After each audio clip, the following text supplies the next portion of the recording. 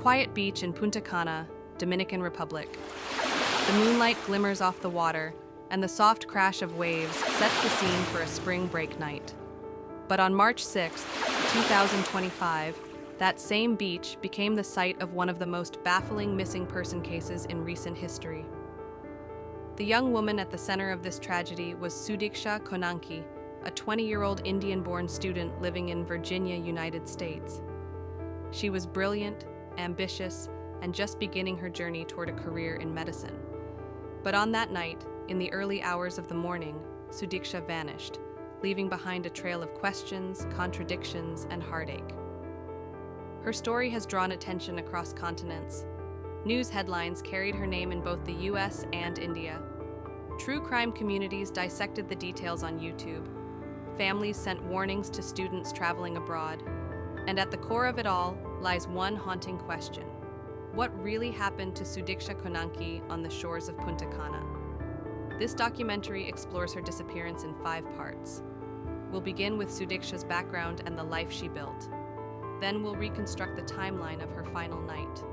We'll examine the investigation, the aftermath, and the theories that surround the case. Finally, we'll reflect on what her story teaches us about international travel, legal challenges, and the enduring pain of unresolved loss.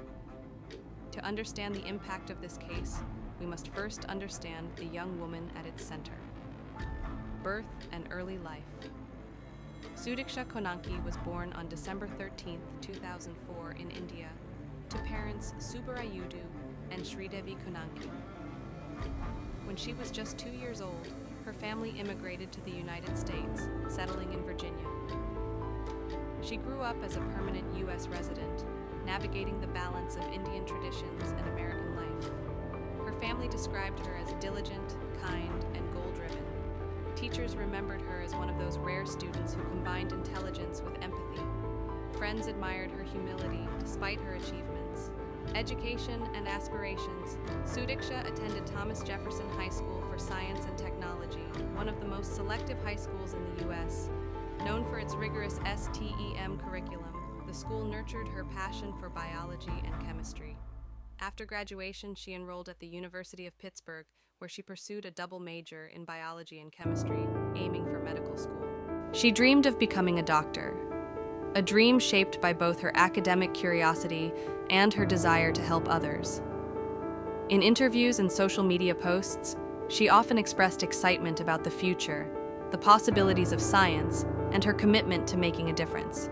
A typical college student, but Sudiksha was more than her studies. She enjoyed music, friendships, and the same experiences many college students do. In early March 2025, she decided to join a group of 5 friends for spring break in the Dominican Republic. Like countless students every year, she saw it as a chance to relax, to recharge, and to enjoy life before returning to the grind of classes and labs. Nobody could have imagined that this ordinary trip would become the setting for an international mystery. Arrival in Punta Cana. On March 3, 2025, Sudiksha and 5 fellow students arrived at the Hotel Rio Republica, a large resort in Punta Cana known for its all-inclusive parties, beachfront access, and popularity among young tourists. For 3 days, the group enjoyed the typical spring break experience: beaches, dancing, socializing. March 6, 2025, the last night. On the night of March 6th, things took a tragic turn. At around 3 a.m., surveillance footage captured Sudiksha and her friends at the hotel bar. She was seen drinking with a group of women aged 20 to 22 and 2 men aged 22. Among them was Joshua Stephen Reby, a 22-year-old college student from Iowa. At approximately 4:15 a.m., the group was recorded heading toward the beach. Sudiksha appeared to be walking arm in arm with Reby. By 5 a.m., most of the group had left, but Sudiksha remained with Reby. The testimony of Joshua Reby. According to Reby's account, the two stayed by the water. He claimed that a wave suddenly pulled them both into the sea. He said he tried to rescue her, swallowing seawater in the process, and eventually made it back to shallow waters. He reported that the last time he saw Sudiksha, she was in knee-deep water. He asked if she was okay, but claimed he didn't hear her response.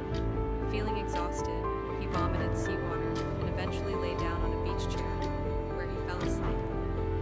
8:55 a.m., surveillance footage shows Ribe leaving the beach. Sudiksha never reappeared. Contradictions and doubts. The timeline raised immediate questions. Why did Ribe not raise an alarm sooner? Why was he later seen leaving without reporting concern? His testimony suggested a tragic accident, but investigators wondered if there was more to the story. The search begins. Local authorities initiated a search of the beach and waters. Drones, divers, and patrols scanned the coastline. But no trace of Sudiksha was found. Within days, her family in Virginia received the devastating call. Their daughter was missing in a foreign country. Legal complexities. The Dominican Republic has specific laws regarding missing persons. Under Articles 112 to 140 of the Civil Code, a person cannot be declared legally absent until 4 years have passed. A declaration of death requires even more strict criteria, including the presence of a body for forensic examination. This meant that, despite the family's pain, Sudiksha could not be declared legally dead or absent in March 2025. Ribe's detention. Immediately after the disappearance, Ribe's passport was confiscated, and he was detained at the hotel. Dominican investigators, including Attorney General Jenny Berenice Reynoso, interrogated him multiple times. For more than a week, he remained in limbo. On March 18th, his lawyers filed a writ of habeas corpus. Ribe was released by the court, given an emergency passport at the Bavaro U.S. consulate, and quickly left the country with a friend. On the same day, Sudiksha's parents petitioned Dominican authorities to declare her legally dead. Their request was denied due to the strict legal framework. The family's grief was compounded by the slow pace of international bureaucracy. During the investigation, a video began circulating online, allegedly showing Sudiksha drowning while a man attempted to save her. The video gained thousands of shares across platforms, but fact-checkers later debunked it. The footage was actually from Sochi, Russia, and depicted entirely different individuals. The spread of misinformation highlighted the challenges of modern missing persons cases, where social media can both amplify awareness and distort facts. Several theories have emerged. 1. Accidental drowning, the official line based on Ribe's testimony. 2. Foul play. Some speculate inconsistencies in Ribe's account suggest more than an accident. 3. Unresolved mystery.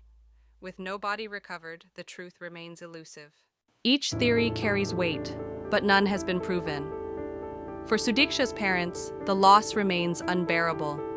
Their daughter, a young woman of talent and kindness, vanished without closure. They continue to fight for answers, for recognition, and for justice. The case underscores the risks travelers face abroad. Cultural differences, legal complexities, and language barriers can turn a tragedy into an ordeal. Families of missing persons often find themselves navigating systems that move slowly, if at all. The global attention on Sudiksha's case shows the power of modern media.